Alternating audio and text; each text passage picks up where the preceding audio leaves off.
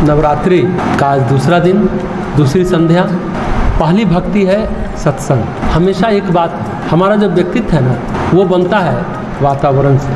वातावरण से हम लोग क्रिया करते हैं, जो देखते सुनते हैं, जो महसूस करते हैं, अनुभव करते हैं, उसी के अनुसार हमारी पर्सनैलिटी, व्यक्तित्व का निर्माण होता है। व्यक्तित्व का मकान ईंट दर ईंट गढ़ती चली जाती है। दुनिया में कुसंग बहुत अच्छी बातें, अच्छी चीज़ें, अच्छे लोग नहीं मिलते। सत्संग का मतलब अच्छे लोग सिर्फ अच्छी बातें नहीं, सत्संग का मतलब विश्वास करना, अनुभव करना कि उच्च स्तरीय जीवन संभव है। सत्संग हमें विश्वास दिलाता है कि संभव है ईश्वर प्राप्ति। किसी विवेकानंद से मिलते हैं, किसी रामकृष्ण परमहंस से मिलते हैं, रमण महर्षि से मिलते हैं, श्री अरविंद से मिलते हैं, पंडित श्री राम शर्मा आचार्य से मिलते हैं, या उन लोगों से मिलते हैं जिन्होंने अपने जीवन को ईश्वर पर न्यौछावर कर दिया, तो लगता है ऐसा किया जा सकता है। सत्संग का मतलब है जो सत्य है, जो तत्व है, वहाँ वो प्रकट हो रहा है। सत्य और सत्व में फर्क है। सत्य जो है घटना घटती है जिससे हम महसूस करते हैं, उसे कहते हैं सत्य है। लेकिन सत्व का मतलब है वो अस्तित्व, वो तत्व जो सबका आधार है। दर्शन में दो शब्द मिलते हैं, सत्य और संभूति। ये सत्य बड़ा दार्शनिक शब्द है। सत्व का मतलब सतोगुण समझ लेते हैं या सत्य समझ लेते हैं। नहीं नहीं, सत्य का मतलब न तो सत्य और न ही सत्व। सत्य जो है सतोगुण है, सत्य जो है सार भी है। तो तीन शब्द तीन अर्थ है। सत्व सार है, सत्व का मतलब सतुगुण है, सात्विकता है, और सत्य का मतलब जो रियल है, जो घटित हो रहा है, जो अनरियल है वो नहीं, जो सचमुच में है, जो सत्य है। सार, सत्य और सत्य। लेकिन हम यहाँ बात कर रहे हैं सत्य की। स और त में हलन।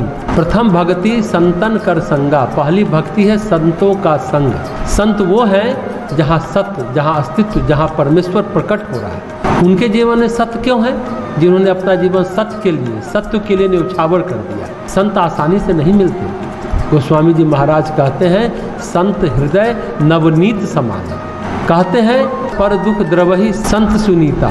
गोस्वामी जी ने सत्य की कई परिभाषा रामचरितमानस में की है। संत का हृदय मक्खन के समान होता है। संत अपने दुख से नहीं, दूसरों के दुख से दुखी होते हैं। उनका हृदय कोमल होता है, मक्खन की तरह होता है। संत वो होते हैं जहाँ आध्यात्मिक गुण दरसते हैं। गीता के 16वें अध्याय में भी दैवी संपत्ति की बात कही गई। जो गुण है अहिंसा, सत्य, आर्जव, अभय आदि गुण दैवी संपत्ति में बताए गए हैं, और वो संतों में सहज दिखते हैं। जहाँ पर भगवान, भगवत्ता, ईश्वरीयता, व्यक्तित्व बन गया है। अगर भगवत्ता व्यक्तित्व बन जाए तो व्यक्तित्व कैसा होगा?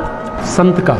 संत ये नहीं कि किसी धर्म के हैं, किसी मजहब के हैं, किसी जाति के हैं, उससे उन्हें अलग रखना चाहिए। एक बात और संत के बारे में जानें, सिद्धियाँ, शक्तियाँ किसी को संत नहीं बनाती है, व्यक्तित्व संत बनाता है। प्रायः जो तपस्वी हैं, जो सिद्धि संपन्न है, जो चमत्कार कर सकते हैं, हम उनको संत मान लेते हैं, पर ऐसा नहीं है। जो चमत्कार नहीं कर सकते, जिनके पास तपस्या नहीं है, सिद्धियाँ पास में नहीं है, लेकिन जो ईश्वर के प्रेम में विभोर होता है, वो संत। संत से सिद्धियों का कोई मतलब नहीं, संत से शक्तियों का भी कोई मतलब नहीं, संत से तपस्या का कोई मतलब नहीं, संत से विद्वत्ता का कोई मतलब नहीं है। संत का व्यक्तित्व से मतलब है, जिनको देख करके हमें ईश्वरीय प्रेम का एहसास हो, जिनके पास ईश्वरीय प्रेम है, जो ईश्वरीय प्रेम में डूबे हुए हैं, वो संत है।